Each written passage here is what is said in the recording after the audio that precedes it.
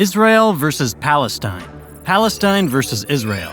Unless you've been hiding under a rock for the past 100 years, you probably know something of the story of this ongoing conflict that has caused countless deaths and tremendous amounts of suffering. It's a conflict that's deeply complicated and traumatizing, and it continues to divide people to this day. Yet most people don't know how it started or how we arrived at the current situation. Honestly, most people probably can't tell you how the State of Israel was created other than it happened after World War II, which they only vaguely remember from high school history. This lack of contextual understanding seen in society today has done nothing but stoke the fires of hate and throw acid in the face of compassion, and that goes for both sides. How did we get here? How did ownership of this small piece of land become so vitally important that generations of Israelis and Palestinians have felt the need to take up arms and shed the blood of their neighbors? The Israel and Palestine that we have today are completely different than they were 100 or even 50 years ago. Israel began as an idea, a place for the Jews of the world to call home. Immigrants and settlers flocked to it in their thousands, yearning for a place to live free of persecution, a place where their religion and culture could take root and prosper. Palestine existed for thousands of years before the current conflict, and its people wanted the same thing as those first Israeli settlers. They just want a place to practice their religion, raise their families, and live in peace. Sentiments that all humans hopefully can understand. Sadly, ideals hardly ever move the wheels of history, and these people had their rose-colored glasses smashed to pieces repeatedly throughout the 20th century. Both sides won victories, suffered defeats, and saw enormous amounts of blood spilled onto what many consider the holiest soil on earth, all leading to what we have now, which is, you guessed it, more killing, more suffering, and more innocent victims. What we have now is Israel, a hyper-militarized nation, constantly under siege and surrounded by enemies, while also laying siege to the Palestinians that live within its borders. The situation is eerily similar to the one Caesar found himself in at the Battle of Alesia, but only time will tell if the outcomes are the same. The land of Israel and/or Palestine is considered sacred by three of the world's major religions, Christianity, Judaism, and Islam, but yet has seen near-constant conflict and bloodshed.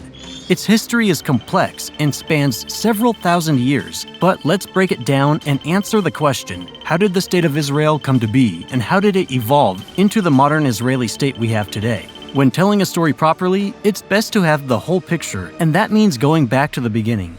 This takes us way back to around 1700 BCE, when three Jewish patriarchs, Abraham, Isaac, and Jacob, settled with their families in what is today present-day Israel. This land actually became known as the Land of Israel, and the patriarchs lived and prospered there for generations. It should be noted these early accounts are largely based on biblical texts as opposed to archaeological evidence. In 1000 BCE, an Israelite monarchy was established by King Saul and passed down to his sons, both of whom continued to grow the kingdom and Judaism. King David made Jerusalem the capital of Israel, and King Solomon built his famous temple there, unsurprisingly known as Solomon's Temple. Following King Solomon's death around 930 BCE, the land of Israel was broken into two parts, the Kingdom of Judah in the south and the Kingdom of Israel in the north. From the 900s BCE until the 60s BCE, the Jews of these kingdoms fought many wars of survival, always seemingly on the brink of being conquered. They met their match with the Romans, however, who conquered the region in 63 BCE. It's unknown when the name, or a version of the name, Palestine came to be associated with the region, as there are several writings and artifacts that seem to reference the area as such throughout history. What we do know, however, is that there was absolutely no love between the Romans and their Jewish subjects who inhabited this land of Palestine. Between 66 and 135 CE, the Romans and Jews fought a series of extremely destructive and bloody wars. The Jews had a taste of victory in 66 CE, when the forces were able to ambush and massacre 6,000 Romans and capture the legion's symbol of pride, their golden eagle. The Romans, however, did not take offenses such as these lightly, often slaughtering whole villages for little more than insults and then claiming they did so in self-defense. As the Romans retaliated, the Jews fought valiantly, but in the end, they could not stand up to the Roman military might. In 70 CE, the Romans besieged, sacked the city of Jerusalem, and destroyed the Second Temple. The temple was a sacred Jewish site and was a reconstruction of Solomon's Temple, which had been previously destroyed. The sacking led to untold amounts of death, persecution, and enslavement of the Jewish people in this region. While many continued to resist Roman occupation until 135 CE, they would never again have the momentum they had early in the conflict. The Jewish population became more scattered and decentralized. This became a trend in the centuries to follow as a new religion came onto the scene. Islam began during the 7th century CE, when a young man named Muhammad began preaching the worship of one God, preparing for Judgment Day, and giving charity to the poor and needy. By the time of his death in 632 CE, most of the Arabian Peninsula had been converted to Islam, and his followers picked up where he left off. The wars of conquest that followed saw Islam taking root from Spain to Pakistan. During this period, Jews and Muslims existed peacefully for the most part. Under the rule of the Caliphates and later the Seljuk Turks, Jews were able to prosper like they had not been able to do for over 500 years. They were granted new freedoms and opportunities to grow academically and economically. Things were by no means perfect, as the Jews still faced some persecution, but it was a step in the right direction.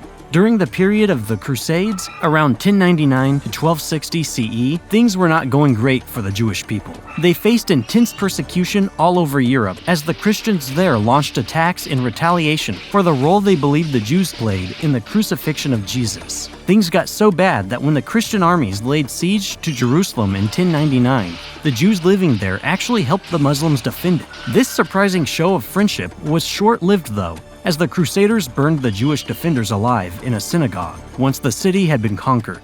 Believe it or not, things actually improved from here. With the Crusades in the Middle Ages ending, the Middle East saw the rise of yet another empire ready to shake things up, which would of course be the Ottoman Empire. The Ottoman Empire actually became somewhat of a refuge for Jewish people fleeing persecution and violence in Europe. This was especially prevalent following the Edict of Expulsion in 1492, and the institution of what would become known as the Spanish Inquisition. This descended into state-sponsored persecution, torture, murder, and expulsion of Jews and Muslims from Spain. It went on in other parts of Christendom as well, but the Spanish of this period really took pride in their crimes against humanity. Many Jews faced the choice of forced conversion to Christianity or death. Almost unbelievably, this lasted for nearly 350 years from 1492 to 1834. Although the Ottoman Empire was provided some protection for Jews fleeing persecution, it was not a utopia of tolerance and friendship. Jews were still treated as inferior and were subject to some persecution as well, but the social and economic benefits they had there still made the Ottomans more favorable than their European Christian counterparts. As Jews continued to live in what was again called Palestine in the Ottoman Empire well into the 19th century, something was brewing in Europe. Something that would have a tremendous impact on world affairs and set the stage for the modern state of Israel: Zionism. Zionism is a movement that began in the late 19th century with the belief that the Jews of the world should have their own homeland, and that should be in the Jewish traditional homeland, aka the land of Israel, aka Palestine. Looking at Zionism as a whole, it began because of two factors: anti-Semitism and Enlightenment. In the 19th century and 20th century, Europe anti-Semitism was rampant, as it had been for centuries. Beginning in the medieval era, Jews faced large-scale expulsions from Western Europe and settled in many Eastern European countries, such as Poland, that fell under the umbrella of the Russian Empire. The Jews here again faced increased persecution and violence. This came in the form of pogroms. Pogroms, by definition, are a violent riot incited with the aim of massacring or expelling an ethnic or religious group. It can apply to really any group, but historically, it's been used to describe an attack on Jewish people. While in modern times they mostly occurred within the Russian Empire, there were pogroms in other parts of Europe as well. The Russian Empire at this time was miles behind the rest of Europe in terms of social reform. They kept their peasants in a form of medieval slavery known as serfdom until 1861. So in the Russian Empire at this time, religious, ethnic, socio-economic, whatever you want to call it, tensions were very high, and sometimes these boiled over into deplorable levels of violence. The Odessa pogroms were some of the deadliest and took place in 1821, 1859, 1871, and then various times between 1881 and 1906. The latter period was far the bloodiest, and in the infamous 1905 pogrom, 400 Jews were killed. 1,600 properties and businesses were destroyed, and countless numbers of women suffered horrible abuse. So it should come as absolutely no surprise that the Jews of Europe wanted a land to live free of persecution and violence. At the same time, there was a period of Jewish enlightenment known as Haskalah, reverberating through Europe. Haskalah sought to celebrate and promote the Jewish religion, culture, and the Hebrew language, while also encouraging its followers to further integrate into European society and industry. These two factors, polar opposites of each other, led to the Zionist movement, and its greatest practitioner and founder, Theodor Herzl. Herzl was born in the Austro-Hungarian Empire in what is now Budapest in 1860.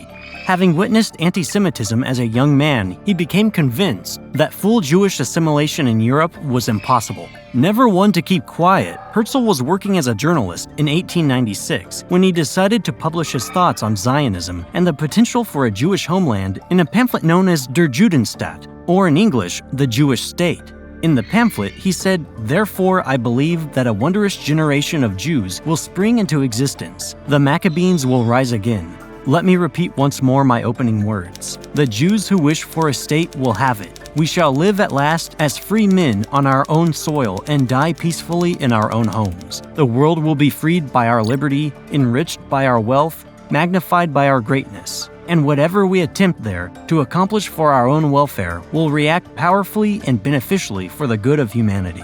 This pamphlet rocketed him to the forefront of the Zionist movement and made him a prominent figure amongst the Jewish population. His writings continued to fuel the spirit of Zionism that were spreading throughout Europe, and in 1897, the first Zionist Congress was held in Basel, Switzerland. Over 3 days at the Stadtcasino Basel, 208 delegates from the 17 different countries attended the Congress and made history for the Jewish people. Their words and actions performed here were momentous, and their effects are still being felt today. The conference overall was a success and saw the founding of the Basel Program, which laid out the goals and plan for a Jewish homeland. These included promoting Jewish settlement in Palestine, strengthening the Jewish spirit for its people, and taking the preparatory steps necessary to obtain government approval for such a migration. They said specifically, Zionism seeks to establish a home in Palestine for the Jewish people, secured under public law. That last part about secured under public law was added in there in the hopes of not insulting the Ottoman Sultan, Abdul Hamid II, whose empire still very much controlled the land the Zionists wanted to eventually live on. The Congress also resulted in Herzl being elected as the president of the organization. No real surprise there. Herzl knew that the wheels of history were moving and could feel the success of what he had just achieved propelling the Jewish people forward. He wrote in his diary, "Were I to sum up the Basel Congress in a word, which I shall guard against pronouncing publicly, it would be this: at Basel I founded the Jewish state. If I said this out loud today, I would be greeted by universal laughter. In 5 years perhaps, and certainly in 50 years, everyone will perceive it." Herzl would not live to see his life's work become a reality, as he passed away in 1904 at the age of 44 due to a heart condition. His legacy lives on in the hearts and minds of Jews everywhere. With the idea for the State of Israel down on paper, Palestine saw waves of Jewish immigration from the rest of the world. Things remained fairly peaceful as the Ottomans were still in charge and maintained order between Jews, Christians, and Muslims. However, a shadow of war was looming over the land, and change was in the air. On June 28, 1914, a Bosnian Serb named Gavrilo Princip assassinated Archduke Franz Ferdinand, heir to the Austro-Hungarian throne, throwing the world into the hellfire of war. As the world's youth killed each other in the mud of the Western Front for essentially nothing, Britain found itself fighting a very different war with the Ottoman Empire. Correspondence between Henry McMahon, acting as the representative of the British government, and Hussein bin Ali of the Kingdom of Hejaz, which was located in modern-day Saudi Arabia, promised the Arabs of the Middle East independence and British support for a united Arab state if they fought against their Ottoman overlords. Today, this would be called a proxy war. Beginning in 1916, the British Empire sent men, resources, and equipment to the Arabs, hoping to tip the scales in their favor. If you've ever heard of T.E. Lawrence, or, as he's better known, Lawrence of Arabia, then you know the story. With the help of Lawrence and many men like him, the Arabs fought valiantly against a determined enemy often outgunned and outnumbered. The sad fact of the matter is that the British used the Arabs solely as a means of tying down Ottoman troops that might have been used elsewhere in the war. The brutality of the First World War did nothing to slow the Zionist thirst for freedom and a homeland to call their own. Way back in 1915, a British cabinet member named Herbert Samuel looked around and saw that the war was not going according to plan. Home by Christmas, as the saying went, had been a lie, and the war had turned into a stalemate and an industrial slaughterhouse. Samuel was the first Jew to serve as a cabinet minister and was also a devoted Zionist, and he had an idea. He wanted to lobby the British government to support the Zionist dream of a Jewish homeland in Palestine. Seeing the war as an opportunity, he thought that by the British endorsing the Zionist dream, they would gain favor with the Jews of the world, and thus help the war effort. Adding an ally in the region would also help defend the British interests there, and raise the prestige of the British Empire in general. He said that this move by the British would allow them, and I quote, to fulfill in yet another sphere her historic part of civilizer of the backward countries. An unfortunate description of British sentiment at the time. As a result of this, he distributed a memorandum to the British cabinet in early 1915, and though it took some time, talks began between the Zionists and the British government in February of 1917. By the end of the year, a decision had been made and the Balfour Declaration was released. The declaration read, His Majesty's government view, with favor, the establishment in Palestine of a national home for the Jewish people, and will use their best endeavors to facilitate the achievement of this object. It being clearly understood that nothing shall be done which may prejudice the civil and religious rights of existing non-Jewish communities in Palestine, or the rights and political status enjoyed by Jews in any other country. This was the first public support for Zionism by one of the major political powers of the world. As objective and fair as it sounds, the boundaries of the new Palestine were not specified. The British even later confirmed that they did not intend for the Jewish homeland to cover all of Palestine. All intents and purposes aside, none of the local population of Palestine were consulted in this decision. For reference, 90% of Palestine was non-Jewish in 1917. The British government actually admitted in 1939 and again in 2017 that the local Palestinians' interests should have been considered and there should have been more done to protect their political rights. Later in 1919, Balfour stated that in Palestine we do not propose even to go through the form of consulting the wishes of the present inhabitants of the country. This declaration and the decision to not consider the fate of the local population of Palestine still haunts world politics to this day. The British and the Zionists had made their intent clear, seizing an opportunity and rearranging the map to establish a Jewish homeland. The thinking at the time was that the world was not fully ready for an independent Jewish state, instead pridefully assuming that if it was administered by the British Empire, it would be more tolerable for the rest of the world. Now all they needed was the land to be available. When Arab and British forces took Damascus in October 1918, essentially signaling the end of the war in the Middle East, the Arabs realized a sad truth. The truth was that a deal had been done behind closed doors, a deal that would redraw the borders of the Middle East with no regard for who was actually living there. Despite many victories, a lot of bloodshed, and the Arabs doing exactly what they had promised to do, Britain, they found, had overpromised and underdelivered. The deal was the Sykes-Picot Agreement. If you ever wondered how Middle Eastern countries such as Jordan, Iraq, Syria, etc. got their borders, it all stems from the Sykes-Picot Agreement. This agreement directly went back on the promise of independence that the British had made to the Arab people and redistributed the former Ottoman land between the British and the French empires. The Arabs still view this as a massive betrayal, and it's not hard to understand why. As Ronald Reagan once said, the 9 most terrifying words in the English language are, "I'm from the government and I'm here to help." A quote that drips with irony but still rings true.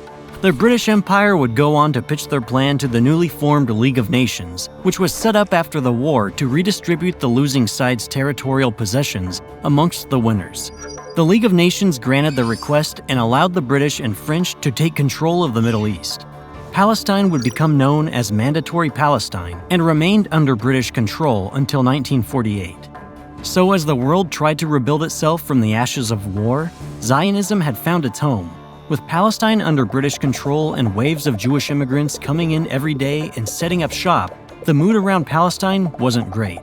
Between 1919 and 1923, 40,000 Jews arrived in Palestine, mostly from Europe. By the mid-1920s, the Jewish population was around 90,000.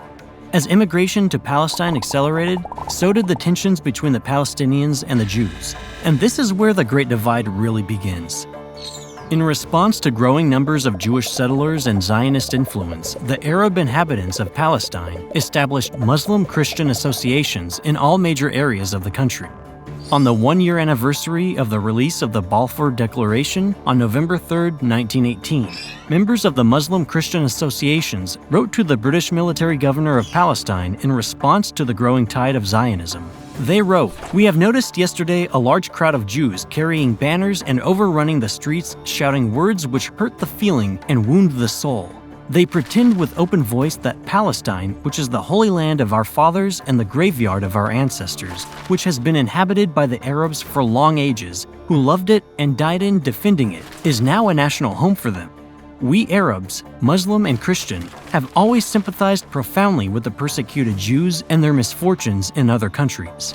But there's a wide difference between such sympathy and the acceptance of such a nation, ruling over us and disposing of our affairs." In other words, the residents of Palestine were concerned about the sudden influx of foreigners into their community, especially foreigners who were asserting control over the area.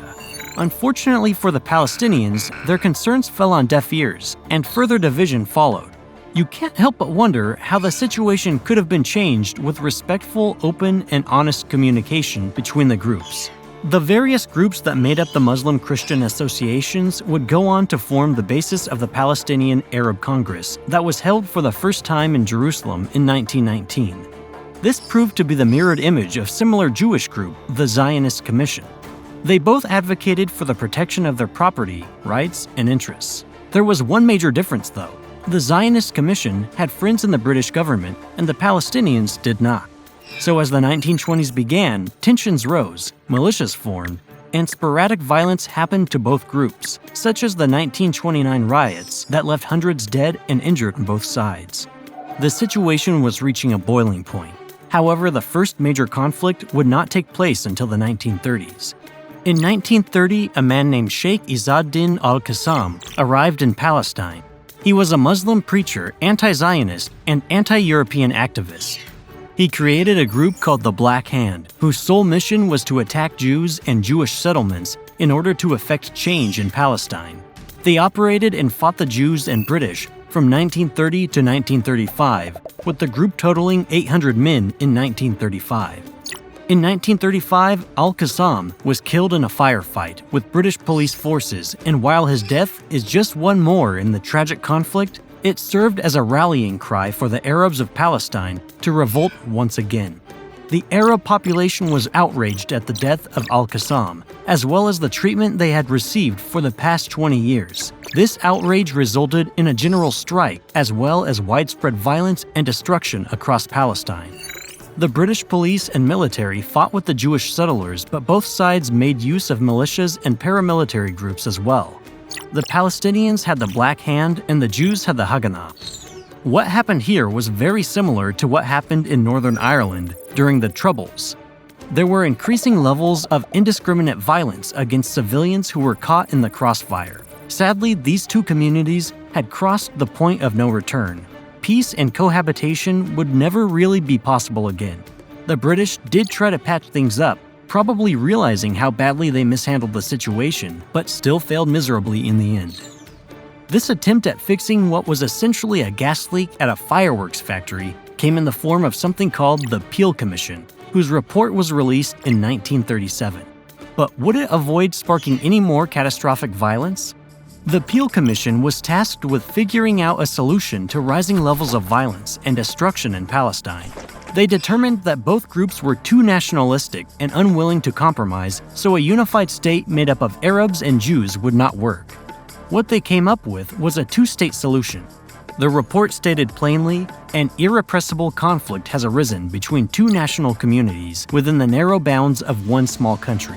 There is no common ground between them. Their national aspirations are incompatible. The Arabs desire to revive the traditions of the Arab Golden Age. The Jews desire to show what they can achieve when restored to the land in which the Jewish nation was born. Neither of the two national ideals permits the combination in the service of a single state. The Jews would have their own independent state that went from the coastal region near Jaffa to Acre. The British would maintain an international zone around Jerusalem, and the Arab Palestinians would get the rest. The conclusion sounds promising on paper, but reality was a different story. The way this would work was that the Palestinian population would be shifted from the new Jewish sector along the coast to their sector in the more mountainous inland area. The Palestinians universally rejected this, as they again saw it as betrayal by the British, as they had been previously guaranteed that this would not happen. They would be forced to relocate massive amounts of the population while also conceding the more fertile farmland in the region to the Jews. This would doubly hurt the Palestinians, as their main export at the time was citrus fruit, which was primarily grown in that coastal sector. In total, this population swap was envisioned to total around 225,000 Arabs and 1,250 Jews, so it was a massive migration. As previously stated, the Palestinians wholeheartedly rejected this plan, and even some of the Jews did not like it either. Both sides wanted a peaceful solution and to operate freely, but no one wanted to compromise. The Palestinians' response called for an independent state of Palestine, a cessation of Jewish immigration and land purchases, while also advocating to keep things civil, saying the new state would have with protection of all legitimate Jewish and other minority rights and safeguarding of reasonable British interests. The British said no, and the fighting resumed. The British later tried again to implement some legislation hoping to effect change. In 1939, they released what is known as the White Paper of 1939, which was written by the Neville Chamberlain-led government. It took a 180-degree turn from what the Peel Commission had tried to accomplish. It called for the creation of a Jewish national home in an independent Palestine to be created within 10 years. Everyone would be together in one unified state, not split into zones divided by religion. It also tried to appeal to the Arab Palestinians a little bit by limiting Jewish immigration and land purchases. Again, this was unilaterally rejected by the Arabs, who had nothing but disdain for the British at this point. It was also rejected by the Jews as well, and actually led to the Jews attacking British government buildings. As of 1939, more than 5,000 Arabs, 400 Jews, and 200 British had been killed, and at least 15,000 Arabs were wounded in the fighting. In addition to this, 10% of the adult Arab male population was killed, wounded, imprisoned, or exiled, and the British confiscated 13,200 firearms from Arabs and 521 weapons from Jews. So as the chaos and killing continued, it became overshadowed by certain events in Europe. These events would result in the largest tragedy the Jewish people have ever had to endure, but also see them gain the independence they had wanted forever. September 1st, 1939, Hitler and his legion of soldiers invaded Poland and kicked off the Second World War. From 1939 until spring of 1945, the Jews of Europe would face some of the worst violence, persecution, torture, and mass murder the world had ever seen at the hands of Nazi Germany. In total, around 6 million Jews were killed, with millions more displaced and traumatized forever. This highly organized, systemic, and state-sponsored reign of terror would shake the world to its core and show the depths of evil that men can sink to. Therefore, it came as no surprise that the Jews that made it through the war wanted to get out of Europe and go somewhere that they can govern themselves, particularly Palestine. This is where the State of Israel really came into being, and its ironclad resolve was tempered in the fire of near-continuous war. Since the White Paper and all the violence of the 30s had left such a bad taste in the British government's mouth, they decided to keep the Jewish immigration ban in place following the war. This severely angered the Jews around the world, especially those in Palestine. This was seen as a stab in the back and a continuation of betrayal they felt from the White Paper. You'd think they would have seen the Arab experience with the British and taken notes.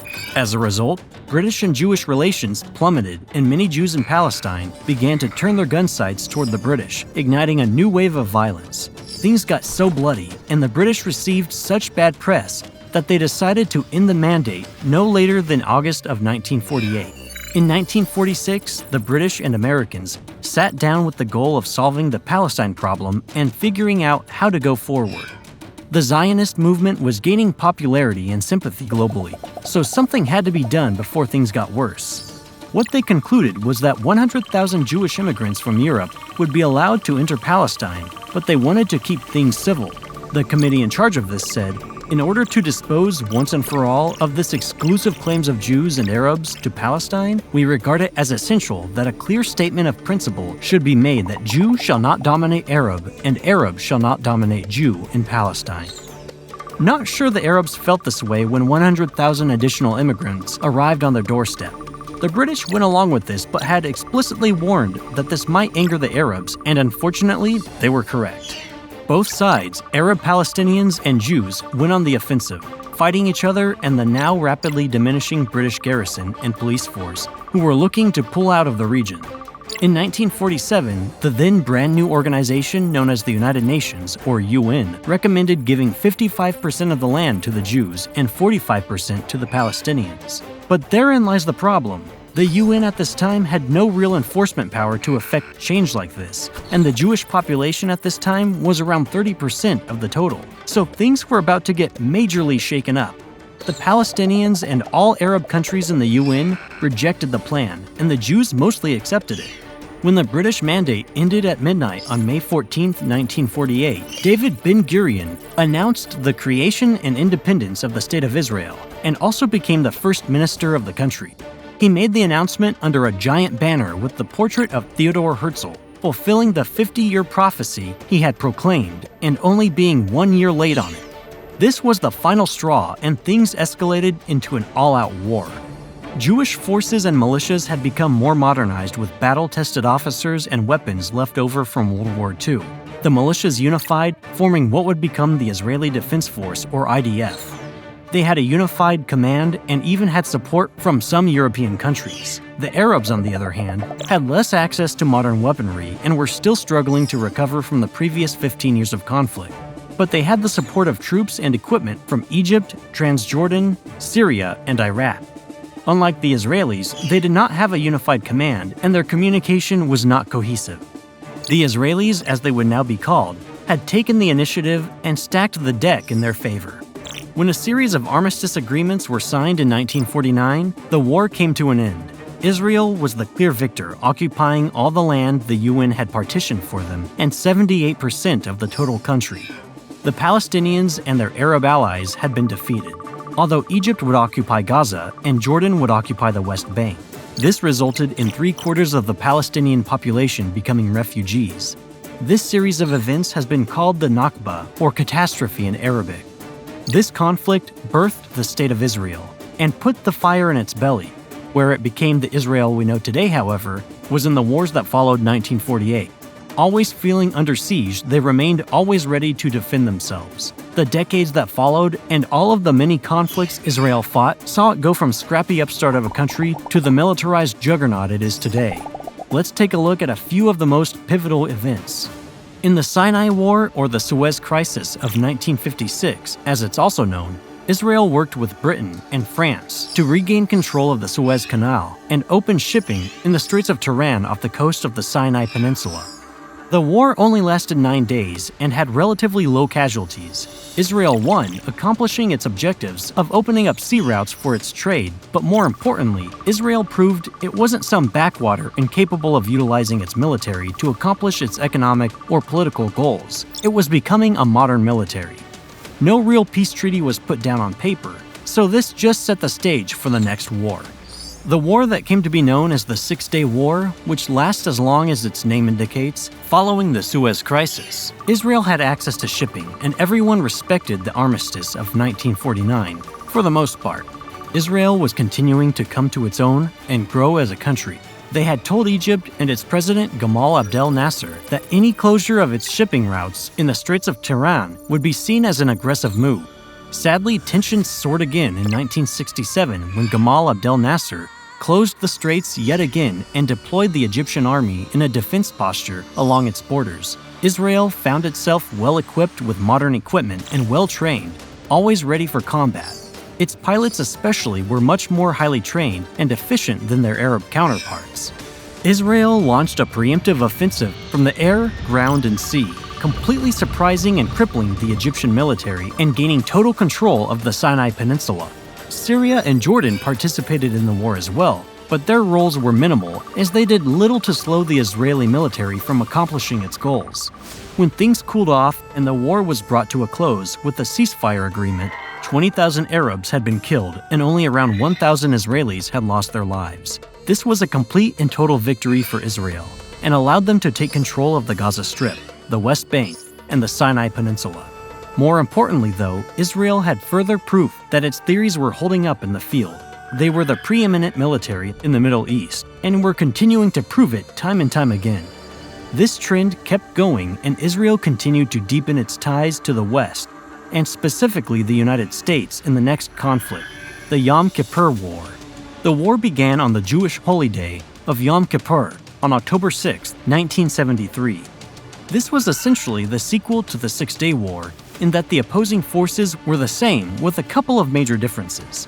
The United States backed Israel, and the Soviet Union backed the Arabs.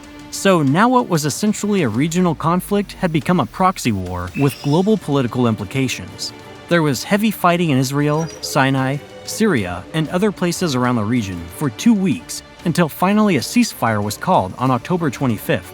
Israel had won again, but it had not come as easily as in 1967. The Arabs had won some early victories, so the Israelis realized they were not invincible and needed to maintain military readiness at all times. Israel still occupied the Sinai Peninsula until a peace treaty between Egypt and Israel was signed in 1979. Many in the Arab world were angry at Egypt for signing the peace treaty and did not want to give up the fight. Groups like the PLO, or Palestinian Liberation Organization, believed it was their mission to liberate Palestine and its people from the Israelis. In the 1980s, Israel was using its military to occupy and maintain control over the Palestinian majority areas of Gaza and the West Bank. The Palestinians and other Arab allies were angry about the occupation, but also about the fact that increasing numbers of Jews were settling in these areas. The PLO and Israel had been fighting intermittently for years in smaller engagements, but tensions soared to new heights in 1987 when the PLO and its allies launched the First Intifada. Beginning with a traffic accident between an IDF truck and some Palestinian civilian vehicles, the PLO used it as justification to launch an uprising. There was widespread violence and riots throughout Gaza and the West Bank, as PLO and other groups attacked the IDF at every opportunity. The IDF responded by deploying 80,000 soldiers and using countermeasures that some deemed too extreme, often using live rounds and other methods of lethal force as a means of riot control. Israel began to be criticized for their use of what some called excessive force. Israel claimed they were justified because of equal levels of Palestinian violence. This was the first time that support for Israel and the IDF wavered within the West. The criticism eventually forced the IDF to adopt some non-lethal methods of crowd control, but it did not happen all at once.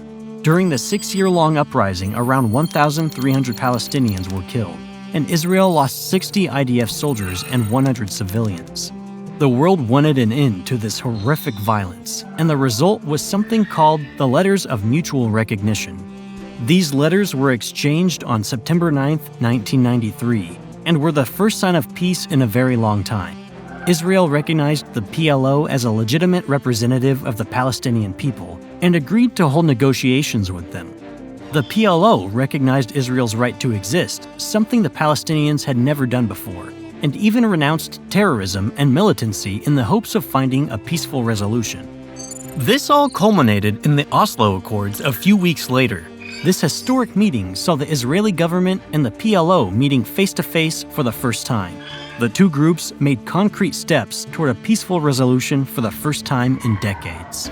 The outcome was a partial withdrawal of the IDF from the West Bank and Gaza, the establishment of the Palestinian National Authority, and the recognition of the PLO as a representative of the Palestinian people. The PNA would serve as an interim government over the Palestinian-controlled areas of Gaza and the West Bank, and be in charge of Palestinian security, government, and economics.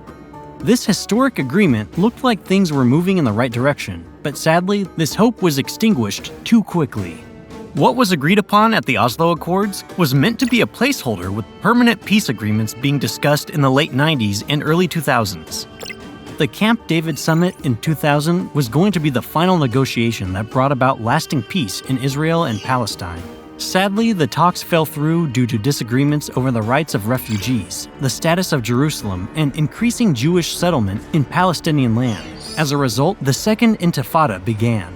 It lasted from 2000 to 2005, and in contrast to the first one, it saw much higher casualty figures and more savage levels of violence overall from both sides.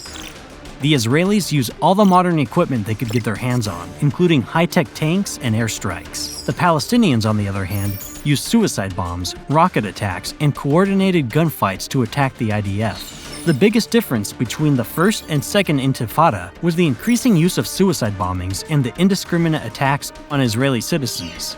Around 3,000 Palestinians were killed, along with 1,000 Israelis. This barbaric violence eliminated all the progress that had been previously made and replaced it with more hatred. Out of the chaos and bloodshed of both intifadas, Hamas was born.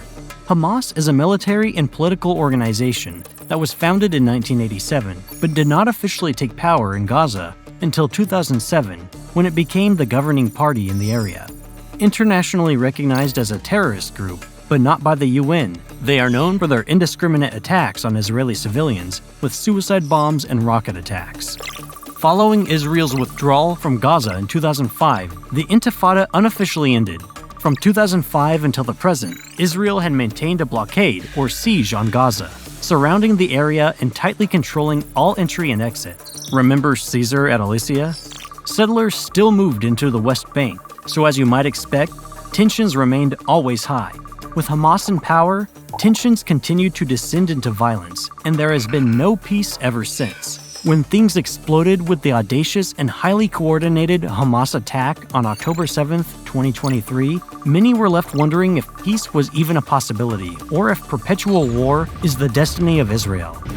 This possibility is the one that Israel is constantly preparing for. As it currently stands, Israel spends over $20 billion per year on their military and defense budget, which is more than Egypt, Iran, Lebanon, and Jordan combined. The U.S. annual military budget was around $877 billion in 2022 for comparison. The U.S. and Israel continue to deepen their relationship, as billions in military aid and technology are given to Israel every year. Israel has one of the most advanced militaries in the world. They possess nuclear weapons, as well as a state-of-the-art missile defense system known as the Iron Dome. This tech and the fact that military service is required for all Israelis once they turn 18 means that Israel is not messing around. Their constant training and preparation are some of the most advanced programs in the world. This shows how Israel went from an idea to hopeful immigrants yearning for a better life to the highly militarized and no-nonsense state that we have today. The modern state of Israel is a product of its history, and what a bloody history it has been. Could this have been avoided? It's hard to say for certain, but you have to wonder, if cooler heads had prevailed back in the 1920s and some compromise was reached, would there be true peace in the Middle East? Again, no one can say with absolute certainty. What is certain is that generations will continue to spill blood and die for this land, unless a lasting peace can be achieved. While arguments can be made for both sides of the conflict, at some point, someone has to say enough war and enough dead. Until people can stop looking to the divided past and start looking towards a unified future, it's hard to say if Israel and Palestine will ever know peace.